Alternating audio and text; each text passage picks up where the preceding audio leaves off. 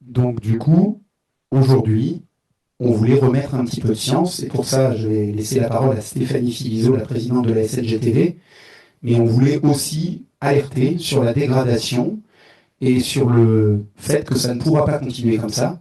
Nos consoeurs et nos confrères ne peuvent pas agir en conscience dans des conditions où ils ne se sentent pas en sécurité, et nous craignons fortement que ça dégrade durablement la relation de partenariat entre les vétérinaires et les éleveurs.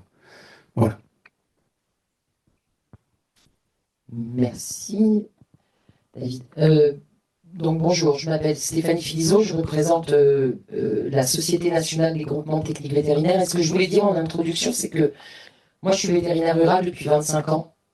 Et moi, comme les autres vétos ruraux, on a consacré notre vie à l'élevage. On consacre notre vie à l'élevage et notre préoccupation, c'est bien la sauvegarde de ces élevages et la survie de l'élevage en France. La Société nationale des groupements techniques vétérinaires est une entité indépendante, composée de vétérinaires qui cherchent à faire de la technique. Et si nous n'étions pas fermement persuadés que dans l'état actuel de la science et dans la situation épidémiologique où nous sommes, les mesures actuellement mises en œuvre sont essentielles et incontournables, nous ne les défendrions pas. Nous sommes indépendants et si on les défend, c'est bien qu'on est absolument persuadé que c'est ce qu'il faut faire. Donc, je voulais vous dire quelques mots sur cette maladie. Donc, d'abord, un rappel sur ce qu'on appelle la LSA, la loi de santé animale. Cette loi de santé animale, qui est entrée en vigueur il y a quelques années, elle s'est attachée à classer les maladies en fonction de leur dangerosité. Alors, pas toutes les maladies réglementées, ce qui est loin d'être l'ensemble des maladies du monde animal. Et un des piliers de cette LSA, c'était de les classer de façon à ce que les mesures de lutte soient proportionnées à la gravité des maladies. Donc, la dermatose nodulaire fait partie des maladies de classe A, c'est la plus élevée, et il n'y a que 5 maladies bovines qui sont dans cette classe-là, dont une qui n'existe plus, la peste bovine. Donc, cette maladie, c'est une maladie grave. Elle a des conséquences importantes pour les cheptels. Elle est hautement contagieuse, avec une composante vectorielle, comme vous l'avez compris. Elle entraîne des symptômes importants, une mortalité importante qui est bien supérieure à ce qu'on peut admettre pour la survie d'un élevage, une morbidité qui peut aller, alors qui est extrêmement variable évidemment en fonction des conditions, de 5 à 90%. Et je voulais aussi signaler que, en termes d'impact pour l'élevage, elle a des impacts en termes de bien-être animal. C'est une maladie extrêmement douloureuse. Ça, c'était décrit dans la littérature et nos confrères qui l'ont observé nous l'ont confirmé sur le terrain. Les animaux qui survivent peuvent souffrir de séquelles graves et finir par mourir de ces séquelles. Et puis un certain nombre d'animaux en meurent directement. Et c'est bien parce qu'elle est grave qu'elle est strictement réglementée et pas le contraire. Donc, ce qui a conduit à cette réglementation et à ces mesures de lutte, c'est bien la gravité de la maladie, c'est bien des réflexions qui ont duré plusieurs années entre des experts de différents pays européens. Ça sort pas du chapeau et ça sort pas de quelque chose qui a été décidé en 3 jours au moment de son émergence dans les Savoies. Ainsi, si on n'éradique pas cette maladie, on s'expose à un coût en perte animale bien supérieur à celui que nous connaissons actuellement, un coût en vaccination de centaines de millions d'euros pour plusieurs années, parce que la maladie est extrêmement difficile à éradiquer là où elle est, et à des entraves commerciales durables et imprévisibles. Alors on va rentrer un petit peu plus en détail dans son fonctionnement, cette maladie, parce que je vais essayer d'expliquer d'où viennent ces mesures de lutte. Donc, quand les animaux sont atteints par la maladie, on peut avoir différentes formes. Ça, c'est valable pour toutes les maladies de la création. On peut avoir des formes qui vont de subcliniques, c'est-à-dire on n'a pas de symptômes apparents, jusqu'à des formes graves avec la mort. En intermédiaire, on a des formes classiques avec des séquelles, des nodules et pas forcément la mort immédiate des animaux. Dans toutes ces formes, qu'elles soient subcliniques, classiques ou sévères, l'animal est contagieux dans toutes ses formes. Donc ce que j'ai représenté là sur mon petit dessin, les vaches en rose, elles sont contaminées, mais elles sont subcliniques. On les voit pas, on les détecte pas. Et ces vaches-là sont contagieuses. Et donc on va avoir, à bas bruit possiblement au début, une contagion d'un animal à l'autre. Alors, par les vecteurs, comme ça vous a été dit souvent, qui sont des stomox et des tans dans notre pays, mais aussi par les aiguilles d'injection, les aiguilles de vaccination. C'est pour ça qu'on change d'aiguille à chaque animal quand on fait les vaccins. Et puis, il peut y avoir des contaminations directes par les scories, c'est-à-dire la peau des animaux, ce qui pèle des nodules, mais aussi par la salive, par tout ce qui est virémique chez l'animal. Et il faut savoir que ce virus est extrêmement résistant au milieu extérieur. Donc il peut persister plusieurs mois, d'où les mesures de désinfection qui sont mises en œuvre après le dépeuplement des foyers. Alors elle va donc circuler de façon sournoise à l'intérieur des cheptels, et puis elle va se disséminer. Alors soit de proche en proche, là plutôt via les vecteurs, qui, comme ça a été expliqué de nombreuses fois, sont des vecteurs lourds, c'est pas des moustiques, ils ne volent pas très loin, donc ils vont à 500 mètres, 1 km, quelquefois jusqu'à 5 maximum. Et ça c'est comme ça que la dissémination se fait de proche en proche. Et quand elle se fait plus loin, à plusieurs dizaines de kilomètres ou à plusieurs centaines, c'est par des transports. Et vous voyez, ma petite vache, elle est toujours rose dans le transport, elle n'a pas de nodule. La maladie a une incubation très longue. Ce qui veut dire que de bonne foi, pendant que ça circule à bas bruit, il est possible de transporter des animaux loin, en phase d'incubation ou en infection subclinique, et donc ainsi de transporter la maladie loin de là où on l'a trouvée au départ. C'est pour ça que les mesures de restriction de transport qui sont imposées dès la découverte d'un cas sont absolument capitales à respecter. L'autre point qu'il faut comprendre, c'est que les animaux à lésion ne sont que la partie visible de l'iceberg. Si tu veux bien avancer. Parce qu'au bout d'un certain nombre de réplications, quand la charge virale va augmenter, je vais commencer à voir arriver des animaux malades. C'est ma petite vache rouge avec les points noirs. Donc celle-là, on la voit bien. Elle a des nodules, elle est abattue. Quelquefois, elle meurt en quelques jours, ou alors elle survit. Mais en tout cas, ce que je voulais illustrer là, c'est qu'à côté de cette vache-là, on en a d'autres qui n'ont pas de nodules, qui sont subcliniques ou qui sont en incubation.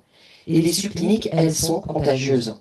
Alors certes, un peu moins que celles qui ont des nodules, puisqu'on n'a pas ces croûtes de nodules qui participent à la contamination de l'environnement, mais elles sont contagieuses. Donc à un instant T, dans un cheptel infecté, quand j'ai découvert ma vache à nodules, j'ai simultanément des animaux qui sont infectés de façon clinique, des animaux infectés de façon subclinique, et qui sont tous contagieux, et des animaux en incubation, et des animaux sains. Le malheur, c'est que, tels que sont nos outils aujourd'hui, nous ne savons pas faire la différence entre les sains, les en incubation et les infectés subcliniques. Parce que le virus est présent peu de temps dans le sang, de façon oscillante, de façon inconstante, et donc au moment où on fait la prise de sang, on peut très bien ne pas avoir suffisamment de virus pour le détecter. C'est la raison pour laquelle on fait ces abattages complets des lots infectés, parce qu'on ne sait pas différencier les différentes petites vaches.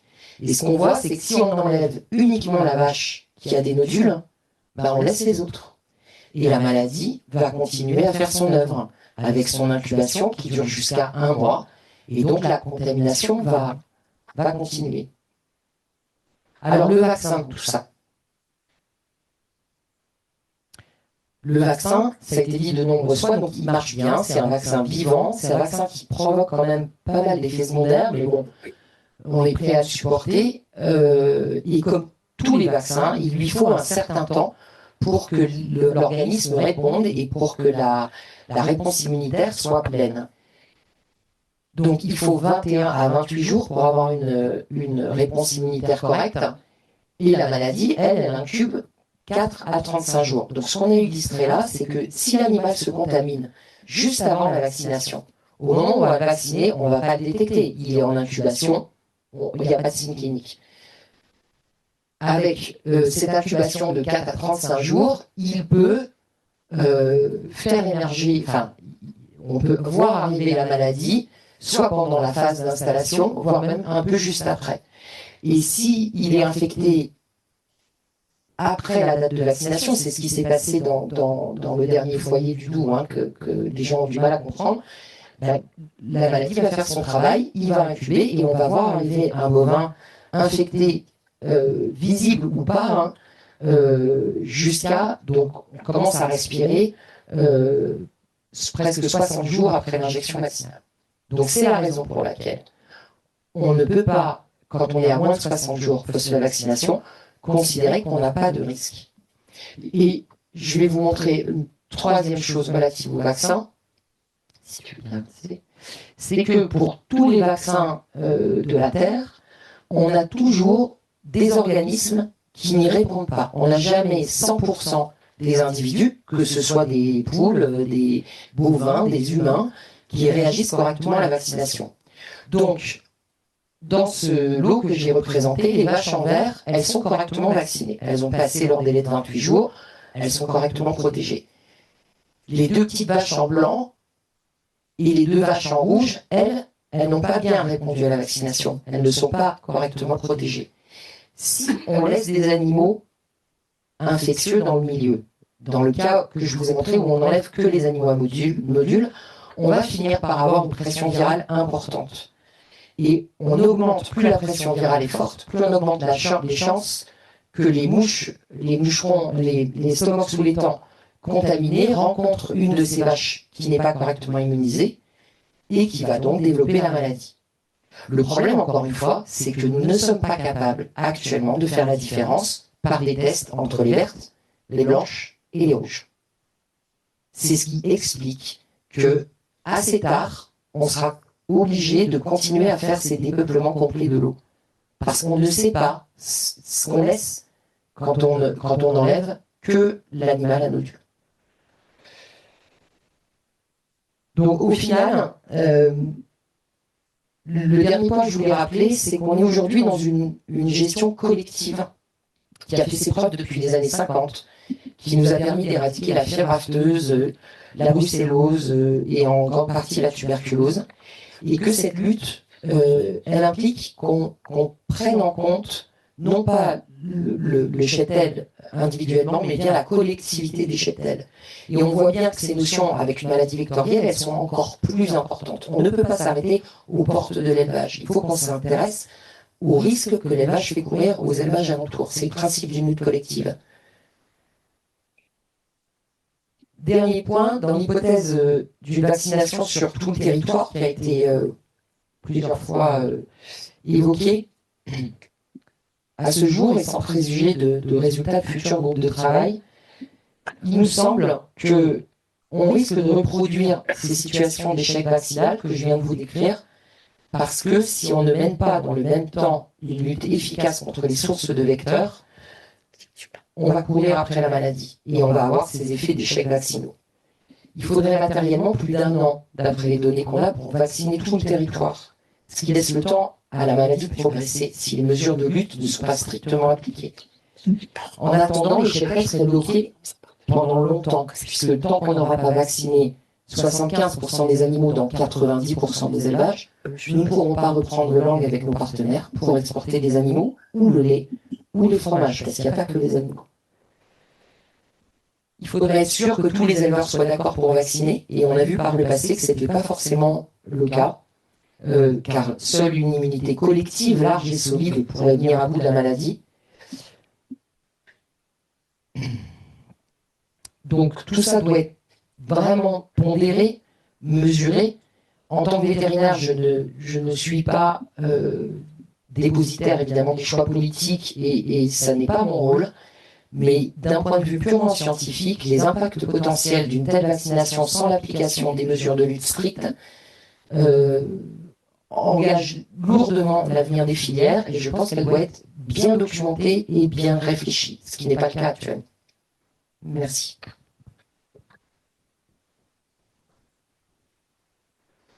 Bonjour, je me présente, je suis le président du Conseil national de l'Ordre des vétérinaires, Jacques Guérin, et je voulais clôturer cette prise de parole pour vous alerter sur la question du modèle sanitaire français. Stéphanie Philizot a évoqué le sujet d'une lutte qui est une lutte collective. Nous avons commencé le siècle dernier et qui nous a permis de sortir des cheptels français, quelle que soit l'espèce d'ailleurs, d'un certain nombre de grandes maladies des cheptels qui finalement impactaient la santé des animaux, mais aussi l'économie des filières.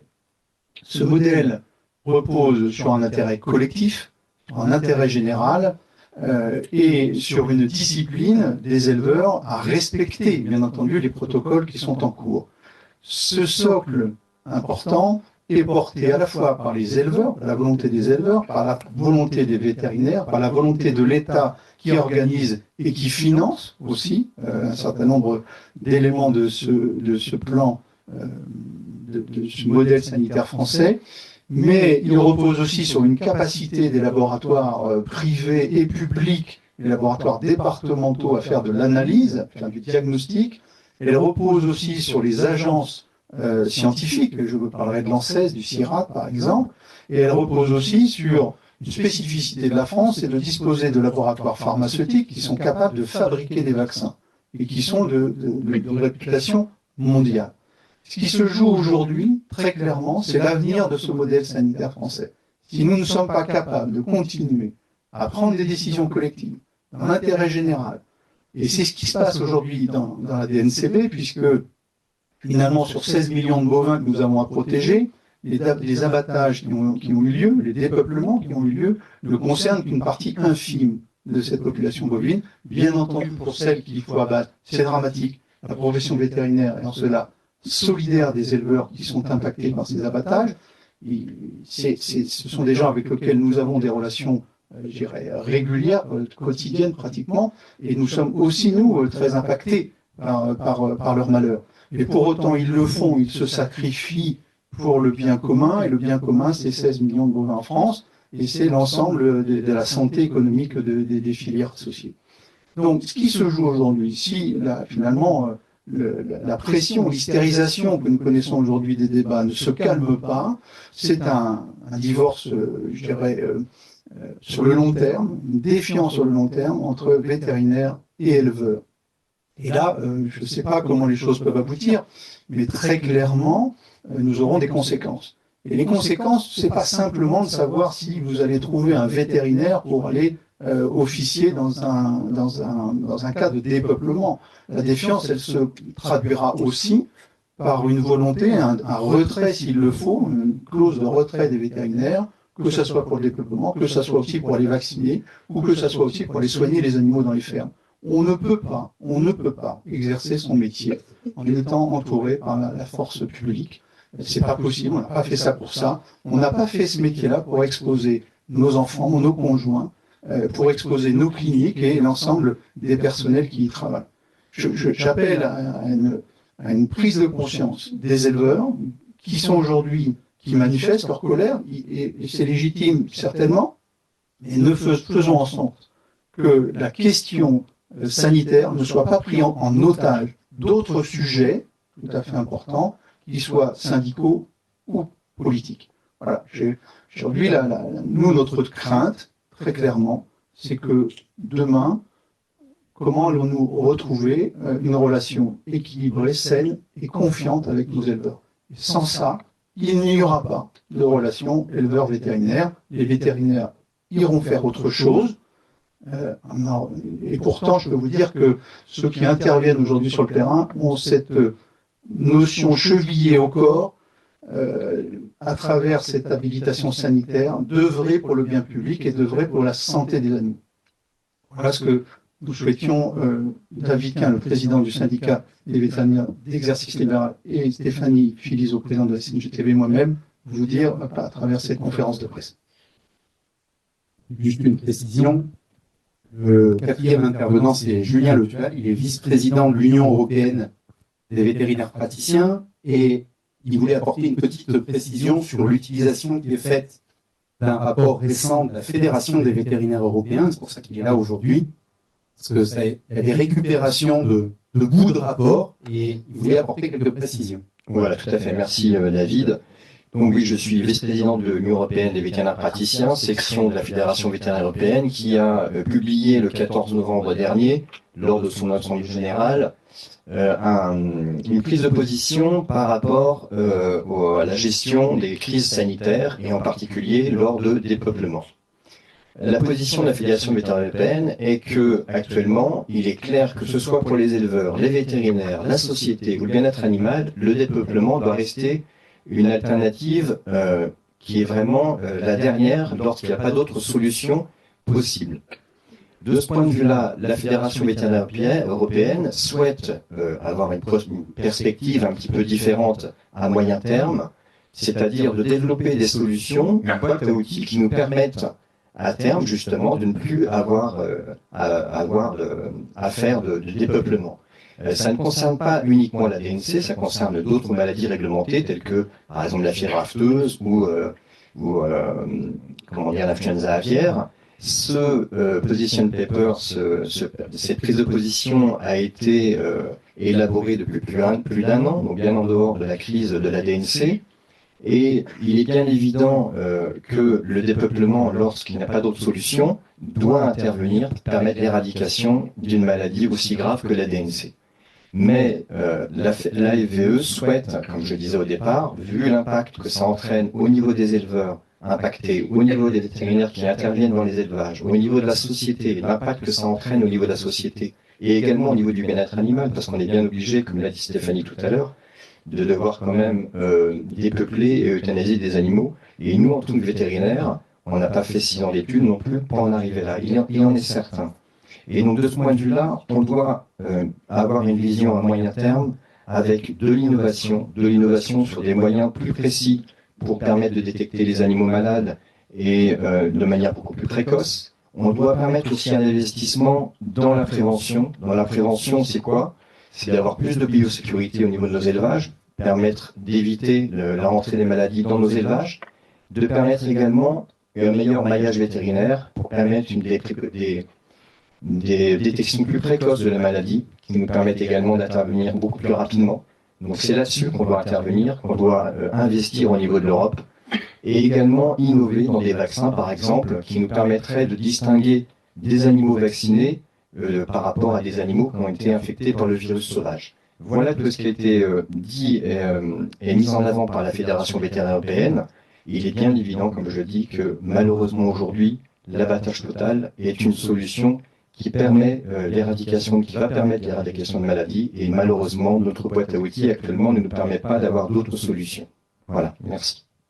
C'est une position prospective, pas d'activité. C'est une prospective, tout à fait. C'est ce que j'ai bien dit, c'est une prospective, c'est pas du tout d'actualité, mais il faut voir à moyen terme, comme je le disais, pour envisager à moyen terme d'avoir d'autres solutions que malheureusement le dépeuplement, qui est là actuellement la seule solution envisageable.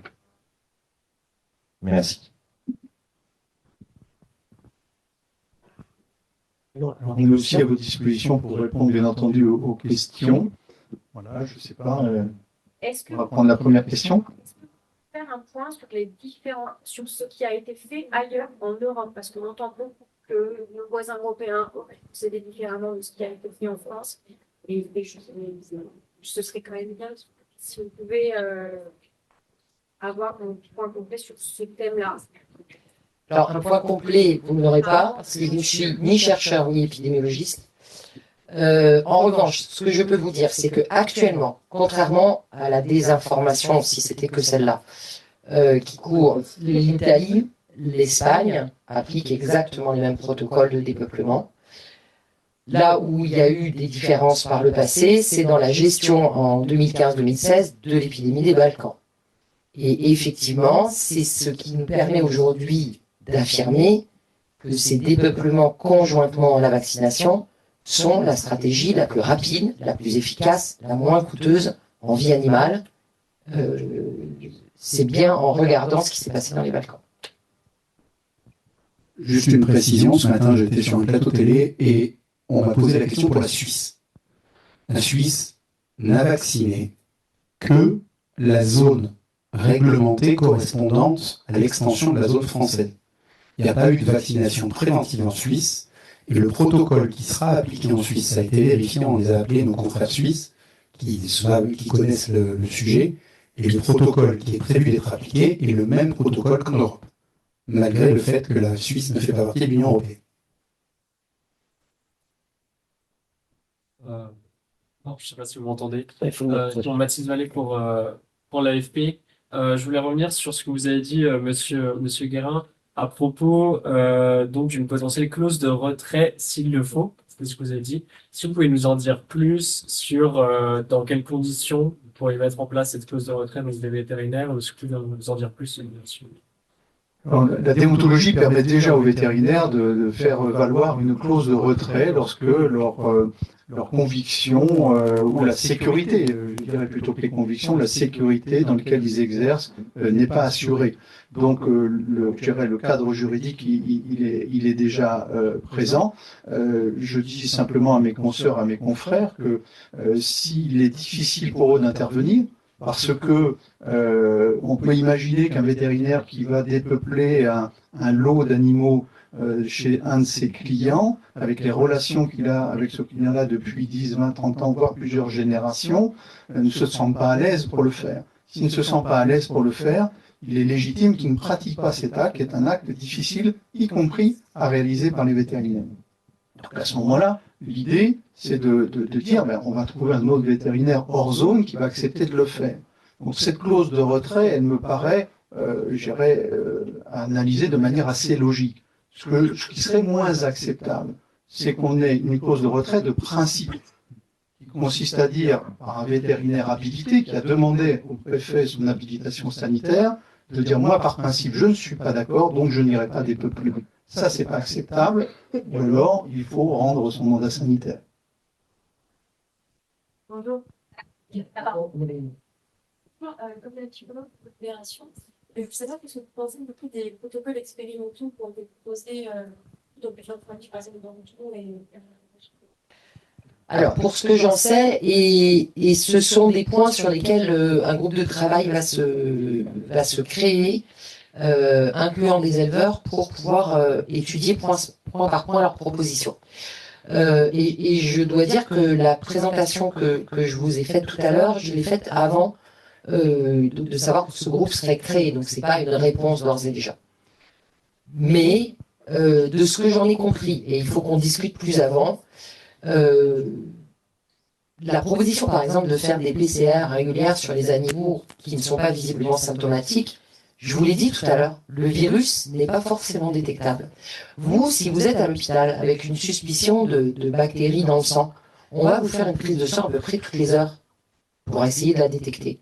Donc je me vois mal aller prélever les 100 ou 150 vaches d'un élevage toutes les heures pour être sûr de ne pas rater. Donc ça paraît difficile. Après, il faut qu'on cherche, et c'est ce que Julien a dit, la science elle avance, il est possible que demain on dispose d'autres tests permettant de faire ça. Mais de ce que j'en sais aujourd'hui, des tests que nous avons, c'est pas possible. On a trop de risques de laisser des animaux contagieux sur le terrain. Alexandra Gonzalez de BFM TV, bonjour. Vous avez dit au tout début que vous n'avez jamais vu un tel climat de menaces. Est-ce que vous pouvez revenir là-dessus, un peu les circonstances? Est-ce que ce sont des menaces verbales lorsque vous intervenez sur le terrain, des menaces sur les réseaux sociaux? Il y a de tout. On a de tout. On a des pancartes, vétérinaire égale assassin. C'est la rhétorique utilisée par des associations antispécistes, par exemple contre l'élevage, qui est reprise par les éleveurs eux-mêmes contre les vétérinaires. Comprenez bien qu'il y a là complètement une incohérence et une inacceptabilité des choses. Je vous ai dit, mon confrère Jean-Yves Gauchot a reçu un mail lui disant que dans d'autres temps, sa tête aurait été au bout d'un pic. On a droit à tout. On a droit aux réseaux sociaux avec des sites. J'ai pas compris. Les cliniques avec des tags dessus, veto égale collabo, on a de tout. Donc effectivement, là, ça dépasse l'entendement, c'est inacceptable. Est-ce que vous incitez vos confrères à déposer plainte? Évidemment. Est-ce que vous avez des chiffres un petit peu sur le nombre?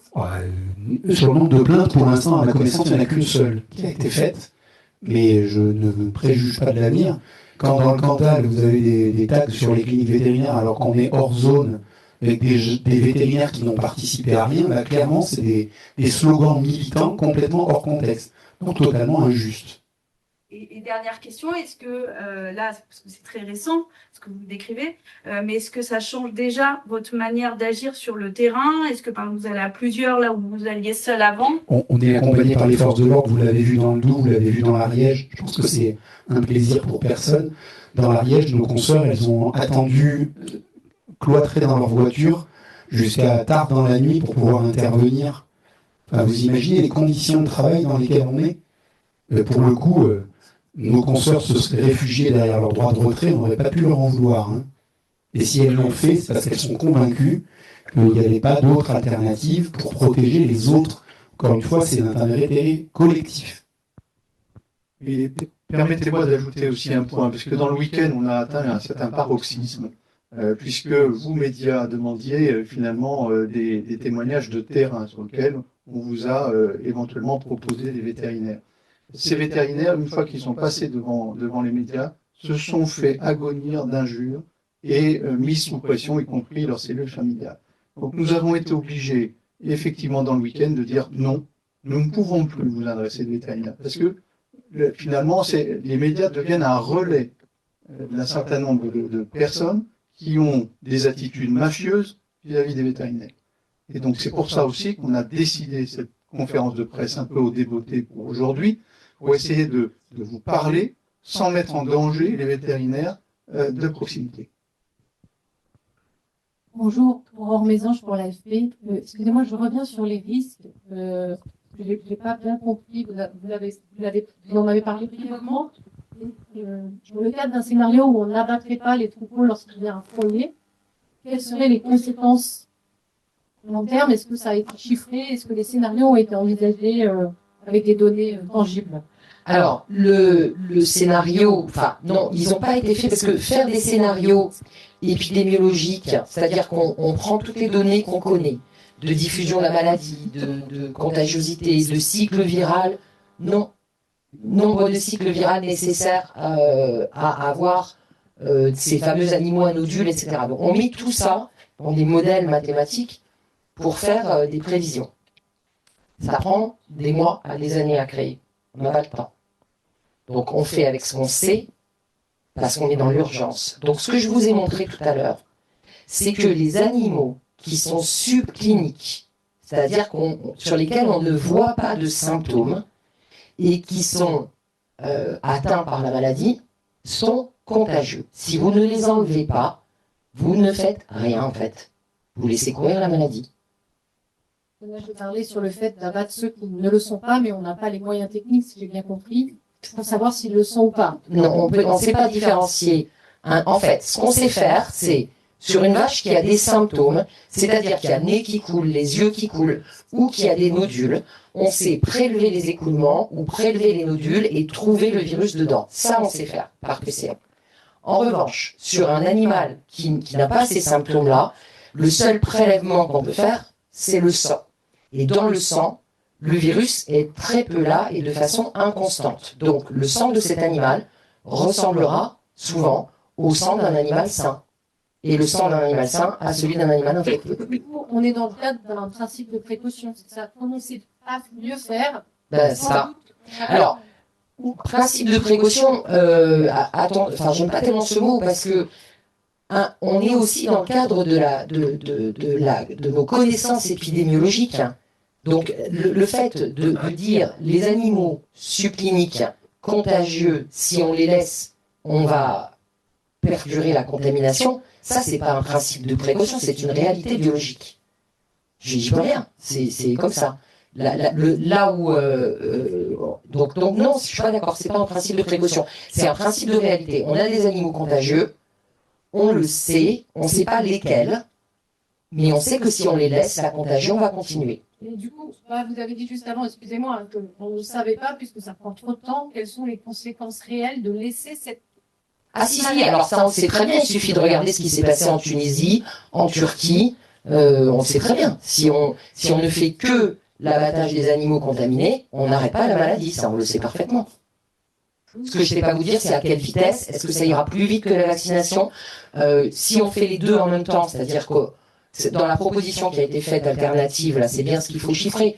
Si dans le même temps, on vaccine les animaux et on ne fait que l'abattage des animaux contaminés, est-ce que la maladie ou le vaccin, lequel va aller le plus vite dans le temps, je vous ai montré, il y a des temps, ça on ne sait pas le dire. C'est-à-dire qu'on, là pour le coup, on prend un risque pour le reste de la France que personne aujourd'hui n'est capable d'évaluer. Mais ce risque, si on le prend à tort, les conséquences seront majeures. Et moi, j'estime que je n'ai pas le droit, pour protéger un élevage, d'en condamner 10 000 autres. Est-ce que vous pouvez expliquer les conséquences majeures? Quelles seraient-elles? Parce que vous l'avez pas dit. Alors, on l'a dit, les conséquences majeures de laisser courir la maladie, c'est, on va avoir des animaux malades. Donc, on va avoir beaucoup plus d'animaux douloureux, mourants, non valeur économique, présentant des baisses de lait, avortant, donc on va avoir des pertes. C'était ma première diab, elle est là. Donc on va avoir des pertes, des morts, les animaux à séquelles, les avortements, les infertilités, le lait, tout ça pour les éleveurs.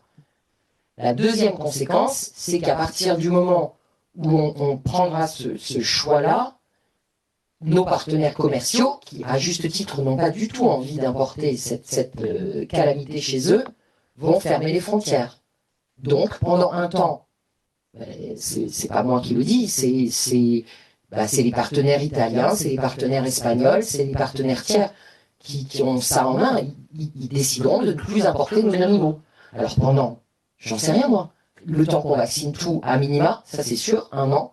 Et puis après, combien de temps ça va prendre pour qu'ils soient rassurés et qu'ils acceptent nos animaux, je ne peux pas le savoir. Il faut quand même savoir, il faut quand même savoir que les Espagnols qui étaient prêts à ces jours-ci à signer le même type d'accord que celui qu'on a eu avec l'Italie pour importer les animaux de la zone vaccinale des Savoies, de la première zone. Donc, je vous rappelle que ça, c'est intervenu quand même plusieurs mois après qu'on ait tout vacciné, tout stoppé, etc. Donc les Italiens ont mis en place un protocole très sévère pour importer. Les Espagnols qui étaient prêts à en signer un ont reculé en voyant ce qui se passait en Occitanie et donc ils n'importent actuellement aucun animal de ces zones-là, qu'elles soient vaccinales ou pas. Donc les conséquences, c'est difficile à mesurer parce que ça dépend. Il y a les conséquences objectives de la maladie et puis il y a les conséquences de discussion avec des pays tiers. Bien malin celui qui peut dire que ça va bien se passer. Pour répondre plus concrètement à votre question, oui, il est fait le choix de sacrifier une part d'animaux sains pour protéger les autres. Ça, c'est la première chose.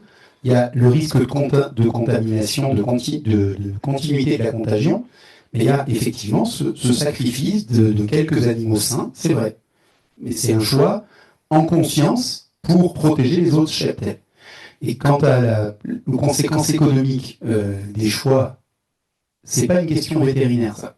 J'ai envie de dire, c'est aux filières qu'il faut renvoyer cette responsabilité. Nous n'avons pas la responsabilité de l'impact des décisions qui seront prises si jamais on décide de changer les règles, c'est-à-dire pour le coup, Stéphanie vous a répondu par rapport à nos connaissances actuelles, à des faits, mais il n'empêche que si les filières agricoles veulent aller vers ça, mais qu'elles le disent, et à ce moment-là, ça n'est pas du ressort des vétérinaires. Nous, on accompagne scientifiquement, la SNGTV va être associée au groupe de travail sur l'éventualité de changer le protocole, puisque la ministre l'a annoncé, on va apporter des données scientifiques, mais les conséquences des décisions des filières et du ministère, ça n'est pas du ressort des vétérinaires. Nous n'avons pas à assumer.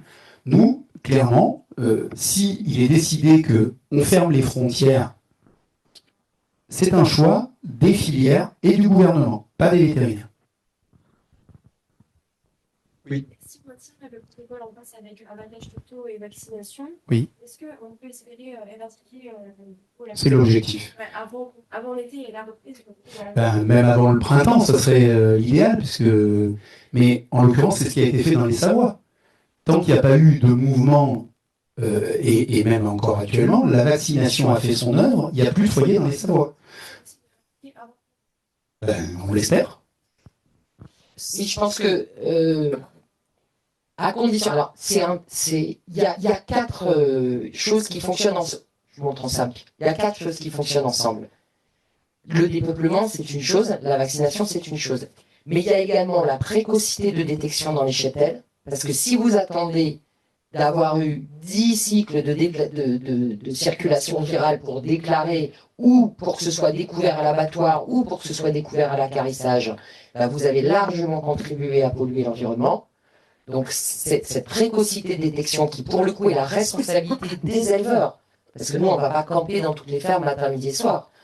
Donc ça, c'est capital. Et l'absence de déplacement, qui aujourd'hui est quand même le point le plus compliqué à contrôler. Donc là, c'est vraiment, encore une fois, la responsabilité des éleveurs que de respecter ça. Si on n'a pas tous les points simultanément, non, on n'y arrivera pas. Vaccination nationale ou pas. D'autre part, il faut quand même aussi garder en tête, et là je le dis parce qu'on en a discuté avec des confrères ce matin, la persistance du virus dans l'environnement, elle est très longue. Donc quand j'entends dire qu'il y aurait des éleveurs qui ne déclarent pas, etc., ces gens-là ne doivent avoir aucun doute. La maladie va revenir. Ils vont la laisser dans le milieu. Et ça, c'est pas la faute de la stratégie, je suis désolé. Et pour le coup, dans ces 4 piliers, le fait d'appeler à ne pas déclarer les cas, c'est irresponsable et c'est dangereux pour les autres. Toujours pareil, pour les autres. Tout dépend à quelle échelle on se place, mais la défense d'un troupeau individuel, c'est un autre niveau que la défense de l'intérêt de tous les autres troupeaux qui se trouvent autour.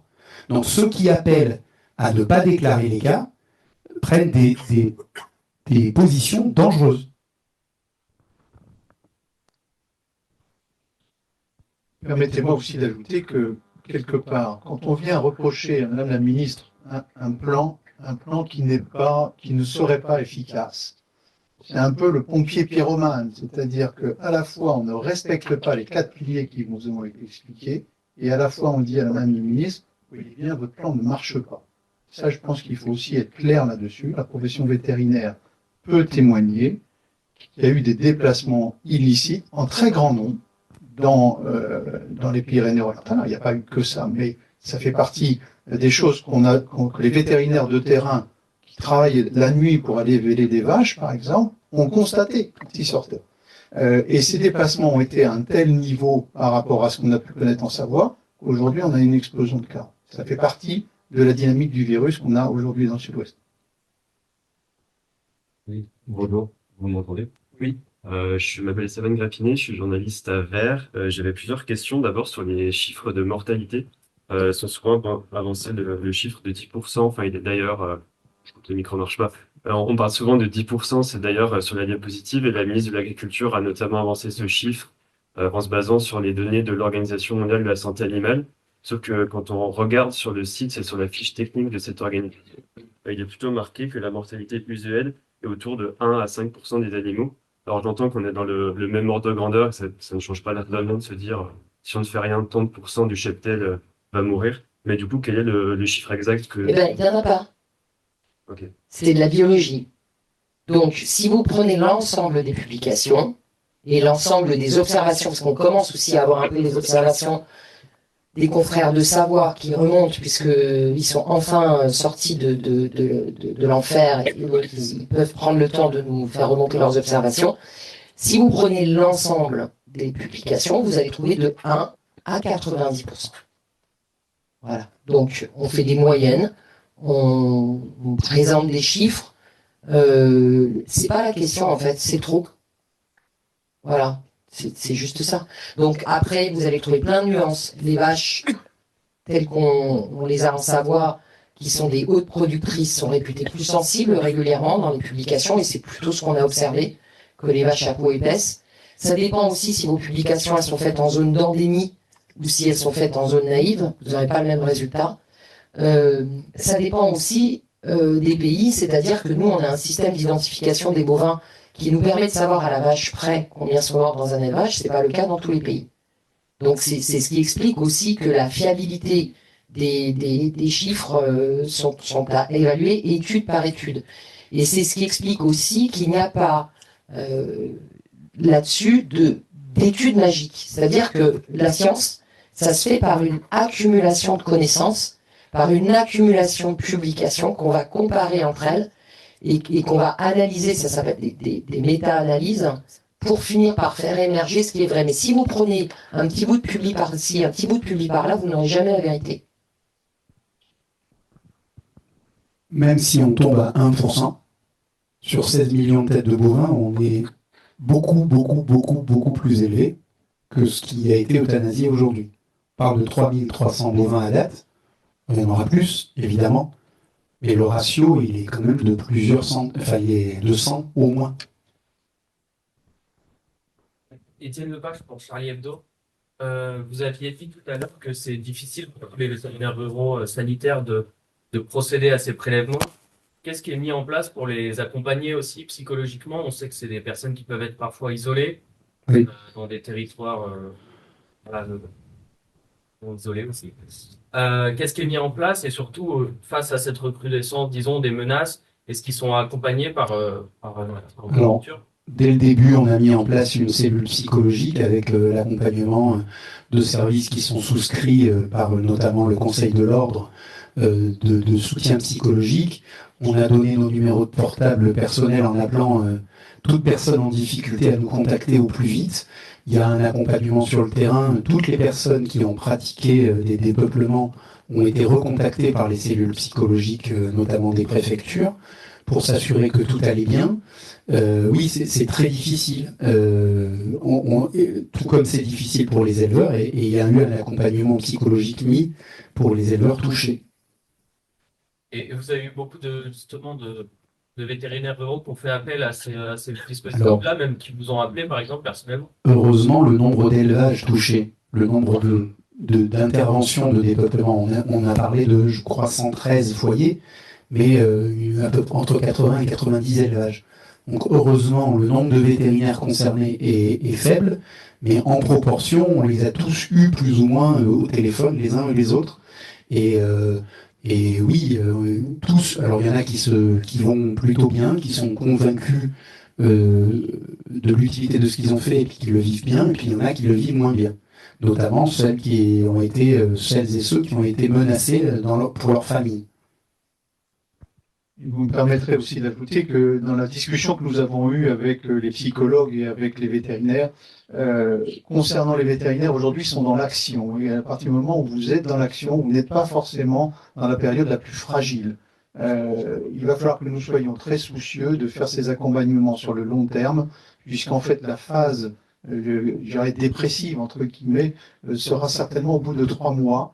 Une fois que le soufflet aura retombé et que un certain nombre de questions seront, je dirais, posées à titre personnel sur ce qui s'est passé en retour d'expérience. Merci. Oui, alors j'avais encore une question. Au risque de vous faire répéter ou de gâcher ce que vous avez déjà dit, mais je voulais préciser un point. Déjà, une question qui est double. Le protocole actuel, donc suivi par le gouvernement, est-ce que vous avez participé à le mettre en place et est-ce que vous avez travaillé dessus?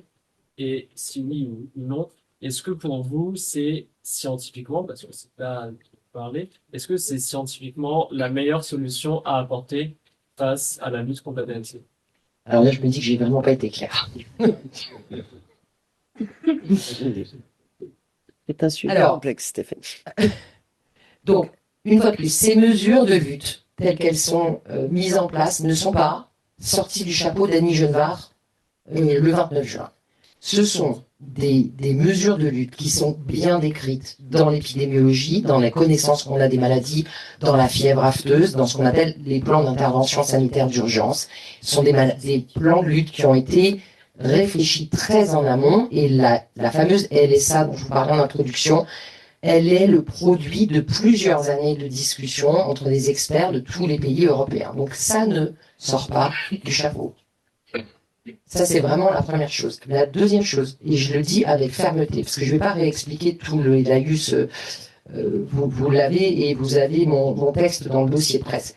Si nous n'étions pas, et là vraiment, à la SNGTV, qui est une société technique de vétérinaires, si nous n'étions pas persuadés que actuellement c'est absolument ce qu'il faut faire, on ne la défendrait pas.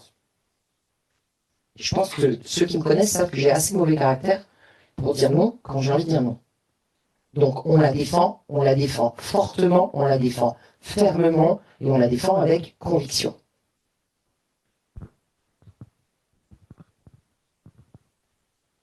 Oui, pareil au risque de vous faire répéter. Hein. Concernant les menaces, est-ce que vous pouvez vous redire de quel ordre elles sont et de préciser si elles sont menaces d'intimidation, mais si c'est allé jusqu'aux attaques physiques, est-ce qu'il y a des agressions? Alors, on a de tout. La première agression a eu lieu au mois de juillet à l'issue d'un chantier de dépeuplement. Une consoeur qui avait participé à ce chantier a été molestée. Elle était accompagnée d'un agent de l'État qui a été également molesté. Donc oui, il y a eu des agressions physiques. Bon, c'était des bousculades, hein, mais c'était dans le conflit physique, c'est-à-dire les gens sont allés au contact. Donc ça, c'est arrivé au mois de juillet. Depuis, on a des photos de nos consoeurs et de nos confrères qui circulent sur les réseaux sociaux accompagnés de leur adresse personnelle. On a des intimidations, comme ça a été le cas dans le Doubs, où une jeune consoeur s'est entendue dire « on sait où t'habites, fais gaffe à ta famille ». Et hier, pour donner un autre exemple, on a reçu, un de mes confrères a reçu un mail où on lui a expliqué qu'en d'autres temps, sa tête aurait été au bout d'une pique. Et puis, le summum du summum, c'est les dégradations des cliniques vétérinaires sur lesquelles il est tagué que les vétérinaires sont des collabos. Donc c'est insultant, c'est vraiment injurieux, c'est inacceptable. Dans des zones où, en plus, c'est dans le Cantal, les personnes ne sont pas concernées par des foyers de dépeuplement, ni même par des foyers de vaccination. La rhétorique utilisée est nauséabonde, vraiment. Hein, on nous traite d'assassins, on a vu des génocides aussi. C'est de la rhétorique qui est utilisée et qui est dénoncée par les éleveurs eux-mêmes quand elle est utilisée par des associations antispécistes. Donc là, en plus, on atteint une incohérence terrible. Donc, je le redis, on a à peu près tout qui circule sur les réseaux sociaux, les insultes sans arrêt, et du coup, on appelle vraiment au calme, parce que les vétérinaires ne sont pas les responsables de la situation, ils sont les partenaires des éleveurs depuis toujours, ils ont essentiellement participé aux opérations de vaccination pour protéger les autres, et de manière résiduelle, enfin, minoritaire, ils ont participé à des dépeuplements. Oubliez tout ce qu'ils ont fait, en laissant tout à faire cessante pendant l'été, en renonçant à leurs vacances, dans les PO, avec des vétérinaires dont l'activité auprès des animaux de rente est minoritaire. Ils ont laissé tomber leur travail auprès d'une activité qui les nourrit pour aller faire des vaccins ou des dépeuplements dont on n'est pas encore payé, juste pour information, c'est un détail, mais sachez que les vétérinaires des Savoies n'ont toujours pas été payés de tout ce qu'ils ont fait l'été dernier. Donc, il faut quand même comprendre que le dévouement des vétérinaires, il est exemplaire. Et donc, cette agressivité, cette agressivité est inacceptable. Nous ne sommes pas des punching balls. Et cette conférence de presse, elle a été initiée suite à ça. Comme le disait Jacques Guérin tout à l'heure, ce week-end, on a donné les coordonnées de vétérinaires pour que vous, médias, puissiez les contacter pour avoir du retour terrain. Et dans la foulée, ils se sont fait insulter sur les réseaux sociaux et certains menacés de mort. Donc, il faut y mettre un terme immédiatement. Ça n'est pas possible. Il y a déjà eu des crises sanitaires dans le monde agricole auparavant. Est-ce que c'est Jamais de cette ampleur-là. Je pense que les réseaux sociaux sont un amplificateur, parce que j'ose espérer, et je suis convaincu que ce ne sont pas des éleveurs qui participent à cette agressivité, ou en tout cas pas que des éleveurs, et donc il faut y mettre un terme. Et nous, on appelle à ce que la contestation fasse état du fait que les vétérinaires ne sont pas la cible. Nous ne sommes pas les ennemis des éleveurs.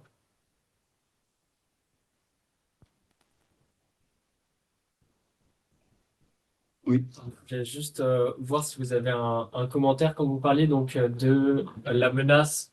Donc c'était le président de la Fédération des syndicats vétérinaires qui avait reçu. Dans un autre temps, vous aurez peut-être aux Olympiques. Oui. Il y a une plainte qui a été déposée. Oui. Donc portée plainte. Est-ce que vous avez un commentaire là-dessus à faire en plus de ce que vous avez déjà dit Je soutiens cette plainte.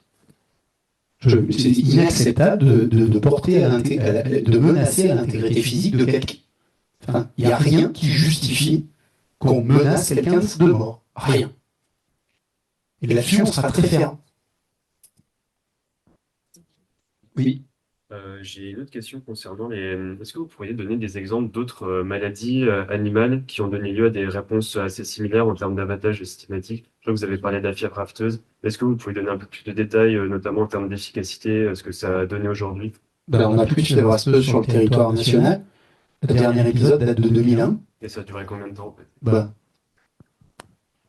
Bon, alors de la fièvre afteuse, il y en a de façon chronique dans le reste du monde, dans pas mal de pays.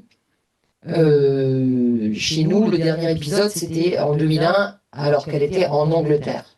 En Angleterre, où elle a été détectée très tard, elle était dans tout le pays, ça a été un cauchemar. Un cauchemar d'abattage d'animaux, un cauchemar. Le pays a été fortement impacté. Et nous, en France, on a eu une introduction qui a été immédiatement détectée. Donc, avant même les symptômes cliniques, l'unité a été dépeuplée et ça s'est arrêté. Par exemple, sur l'influenza aviaire, qui est différent du coup, vu que ça touche pas les bovins, on a aussi des abattages systématiques. Par exemple, est-ce qu'on peut faire une comparaison aussi? Alors, alors déjà, on ne peut pas tout à fait comparer parce que les sources ne sont pas les mêmes. L'influenza aviaire est régulièrement soumet nos élevages à un risque régulier qui est lié à la migration des oiseaux sauvages. Donc, c'est pas du tout la même mécanique, c'est pas du tout le même risque permanent.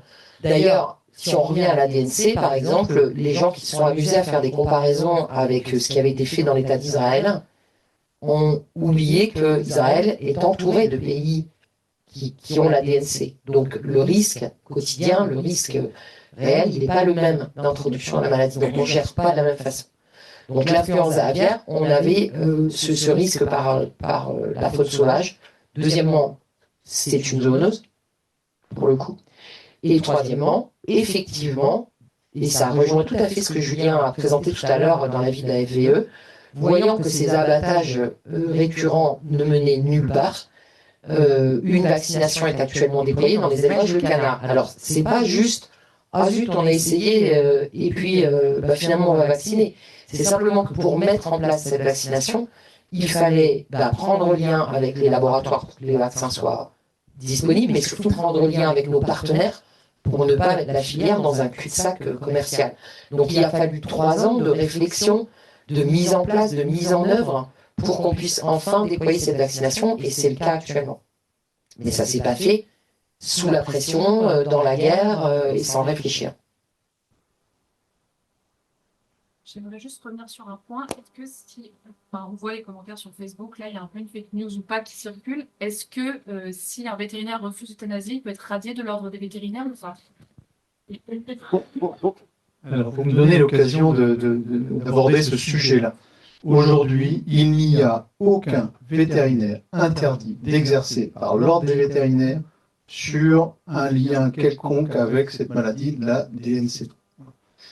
Je dois dire qu'après l'épisode de cet été, certains de mes confrères et de mes consoeurs ont eu des prises de parole qui ont été, je dirais, non maîtrisées, qui font l'objet aujourd'hui de plaintes disciplinaires pour qu'ils viennent s'en expliquer devant leur père.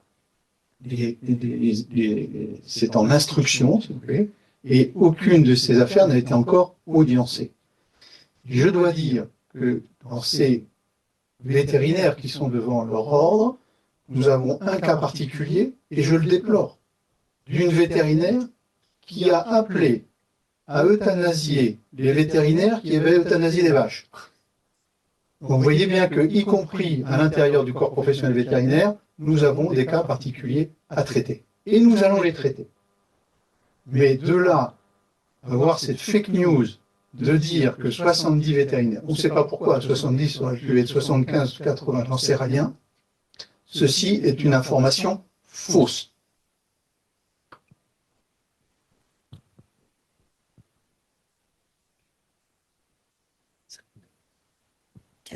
Écoutez, je crois qu'il n'y a plus de questions, c'est qu'on a dû à peu près répondre, j'irai vos interrogations. J'espère que cette conférence de presse vous a été utile. BFM TV a une dernière question. Si on peut faire une question, ce qu'on appelle un micro-tendu, c'est vraiment des proches de scoop, et on peut peut-être un peu répéter, mais c'est juste sur l'angle menace. personnellement. Je sais pas si... À ce moment-là, si vous avez des demandes particulières, alors vous avez Anne Domas ici, puis Anne Laboulet là-bas, et on peut se mettre en aparté si vous le voulez par la suite, mais peut-être on va pouvoir libérer les autres des personnes. Merci beaucoup pour votre attention et j'espère que cette crise que nous vivons là va se calmer et que la raison va l'emporter. Merci à tous.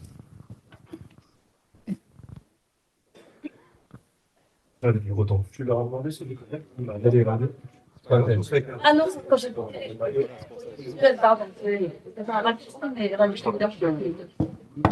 Merci à tous, au revoir.